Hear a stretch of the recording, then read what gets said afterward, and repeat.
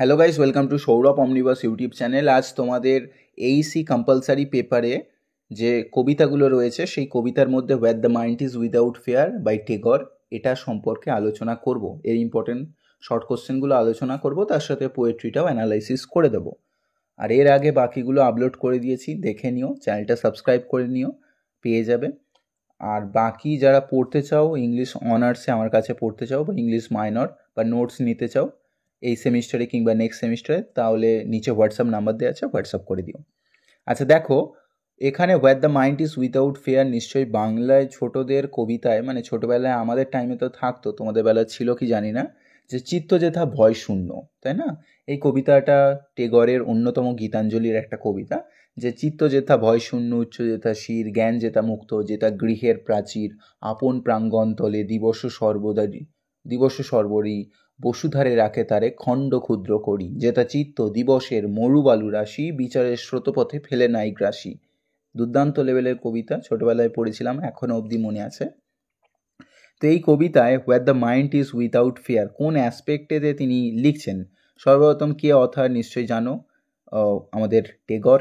অতি অবশ্যই কবিতার সেন্ট্রাল থিমটা কি, কবিতার মধ্যে কি বলতে চাইছেন, পোয়েট কি কনভে করতে চাইছেন?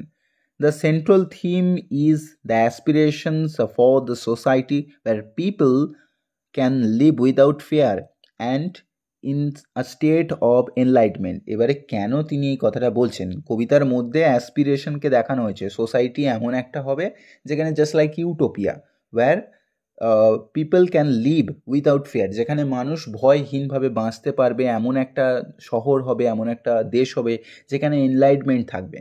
এবারে কেন তিনি এই কথা বলছেন? না, আমরা জানি যে আমাদের ইন্ডিপেন্ডেন্স হওয়ার আগে, বিফোর ইন্ডিপেন্ডেন্স, আমাদের দেশ কেমন ছিল? আমরা কলোনাইজ ছিলাম, তাই না? ব্রিটিশ দ্বারা কলোনাইজ ছিলাম।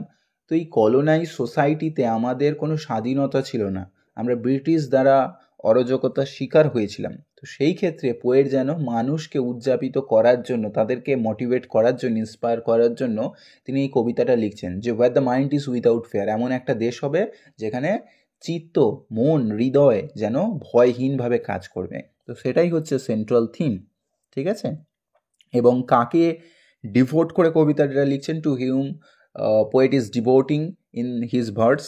অ্যাকচুয়ালি এখানে তিনি কিন্তু গডকে ডিভোট করছেন। Poet is devoting to god as he or she gives us the energy or the inspiring soul as we can conquer the colonialism or the British empire. ঠিক আছে? To determine or to conquer the British colonial policy, এটাই actually poet এখানে convey করছেন।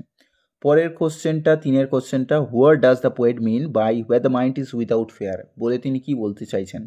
তো এখানে the poet means a place or state of mind, এমন একটা মনের সত্তা, ওয়্যার পিপল ক্যান থিঙ্ক, যেখানে মানুষ ভাবতে পারবে ফ্রিলি, উন্মুক্তভাবে, and without the fear of oppressions or constraints, এবং সেখানে মানুষ কোনো বাধা বিপত্তি ছাড়া ভাবতে পারবে, স্বাধীনভাবে চিন্তা করতে পারবে, সেই কথাটাই তিনি কিন্তু এখানে বর্ণনা করলেন।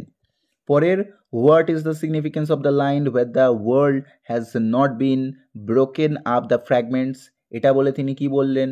না, এখানে ইট সিগনিফাইজ, বা এটার মধ্যে দিয়ে কি বলছে? আর ডেজায়ার, মনের একটা আগ্রহ, আমাদের একটা বাসনা, ইচ্ছা, কি ডেজায়ার? ফর ইউনিটি, গোটা জগৎ যেন একত্রিত হয়ে যাবে, গোটা ভারত যেন একটা ভারতীয় বলে পরিচিত পাবে, ঠিক আছে, পরিচিতি পাবে। And a worlds without devotions based on nationality, দেশের মধ্যে একটা যেন জাতীয়তাবাদ তৈরি হবে, রিলিজিয়ান, একটা ধর্মের বেসিসে, অর আদার ফ্যাক্টরস, সেই ক্ষেত্রে যেন কোনো ধরনের ডিভিশন না থাকে, উইথাউট ডিভিশন, কোনো ধরনের যেন একটা দেশের জাতপাত, বর্ণ বিভেদ, রেসিজম, কাস্টিজম, এই ধরনের যেন বাধা বিপত্তি না থাকে, ওয়ার্ল্ডটা বা গোটা ভারত যেন ফ্রিডমলি ইউনিটিতে পরিণত হয়, একটা গোটা দেশ যেন একত্রীকরণ হয়, সেটাই তিনি মেসেজ কনভে করছেন। পরে, what is the poet's visions for the country describes in the poem, এখানে দেশ সম্পর্কে তার যে দৃষ্টিভঙ্গি কী ছিল? The poet envisions a country where knowledge is valued, যেখানে জ্ঞান হবে মুক্ত এবং তার মূল্য থাকবে, where people have a sense of responsibility, মানুষের অনুভূতির একটা অতি অবশ্যই কর্তব্য থাকবে, and where there is striving for higher ideas, এবং সেখানে তারা উচ্চ বুদ্ধি সম্পন্ন হবে, তারা স্ট্রাইভ করে নিয়ে যেতে পারবে, শিক্ষাকে অগ্রসর করতে পারবে। যার কারণেই বলছেন যে চিত্ত যেথা ভয় শূন্য, উচ্চ যেথা শির, মাথা উঁচু করে বাঁচবে, জ্ঞান যেথা মুক্ত, ফ্রিলি আমরা জ্ঞান আহরণ করতে পারবো, জ্ঞান যেথা মুক্ত, যেথা গৃহের প্রাচীর, অর্থাৎ প্রাচীরটা কি বাড়ি দ্বারা আবৃত হবে না, ঠিক আছে, যেটা গৃহের প্রাচীর, আপন প্রাঙ্গণতলে দিবস সর্বরী, বসুধারে রাখে তারে খণ্ড ক্ষুদ্র করি, অর্থাৎ বসুধাকে যারা ভাগ করতে চাইছে, দেশকে যারা পার্টিশন করতে চাইছে, আমরা জানি বঙ্গভঙ্গ হয়েছিল, তো সেই বঙ্গভঙ্গ তিনি রদ করতে চাইছেন, থামাতে চাইছেন, সেই কারণেই তিনি বলছেন যে যেথা চিত্ত দিবসের মরুবালু রাশি, বিচারের স্রোতপথে ফেলে নাই গ্রাসী। বুঝতে পারছো? এইভাবে তিনি মেসেজ কনভে করছেন। পরেরটা তিনি কি বলছেন, what is the importance of the word head, head বলে তিনি কি বলতে চাইছেন, the head symbolises the responsibility and clear thinking, মাথা মস্তিষ্ক হবে কি দায়িত্ব বা কর্তব্য পরায়ণ, এবং মস্তিষ্ক হবে পরিষ্কার, শার্প মাইন্ড হবে, তার মধ্যে ডালনেস থাকবে না, তার মধ্যে অন্য দ্বারা পরিচালিত ম্যানিপুলেশন থাকবে না, suggesting that the mind should be guided by reason, এবং মন কিন্তু লজিক দ্বারা পরিচালিত হবে, তার মধ্যে লজিক্যাল অর্ডার থাকবে, এই নয় যে ইমোশনাল বেসিস হয়ে যা খুশি করব, বা মনের ইগো ফুলফিল করার জন্য যা খুশি করব, এরকম যেন না হয়। পরেরটা, what does the poet want to be awakened in the country, poet এখানে কোন জিনিসটা জাগরিত করার কথা বলেছেন, the poet wants awakening the sense of truth, সত্যকে জাগানোর কথা, নলেজকে জাগানোর কথা, and enlightenment in the country, এবং একইভাবে জ্ঞানকে উন্মুক্ত করার কথা এখানে বলেছেন কবিতার মধ্যে।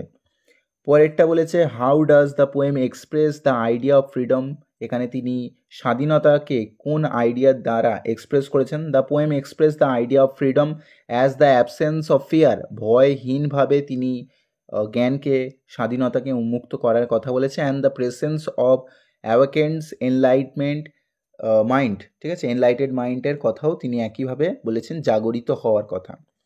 আচ্ছা, তারপরে বলছেন যে what does the poet seek from God in the poem, এখানে পোয়েট গড সম্পর্কে কি আরাধনা করছেন, the poet seeks God's guidance, অর্থাৎ গডের বা ঈশ্বরের তিনি আরাধনা করছেন, তার যাতে তিনি গাইডেন্স পান, কোন পথে যেতে হবে, ব্লেসিং, তার যেন কৃপা পান, টু লিড দ্য কান্ট্রি, যাতে তিনি দেশকে লিড দিতে পারেন, into a state of knowledge, freedom and enlightenment, যেখানে স্বাধীন জ্ঞান, মুক্ততা, এই জিনিসগুলো থাকবে।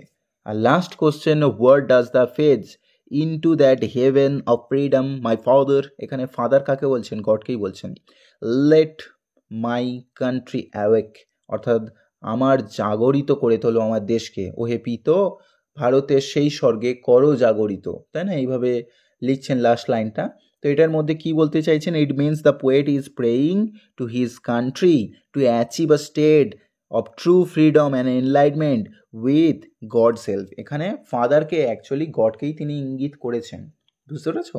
কোন এক্সাক্ট গড এটা আমরা জানি না, এখানে গড কনসেপ্ট মিনস গড, ঈশ্বর অলমাইটি। তো সেই কারণেই তিনি বলছেন যে ঈশ্বরকে তিনি আরাধনা করছেন, যাতে তার মনে বা ভারতবাসীর মনে, বাঙালিদের মনে সেই ক্ষমতা যেন গড দিয়ে থাকেন। আশা করি বুঝতে পেরেছ। তো বাকি ক্লাসগুলোও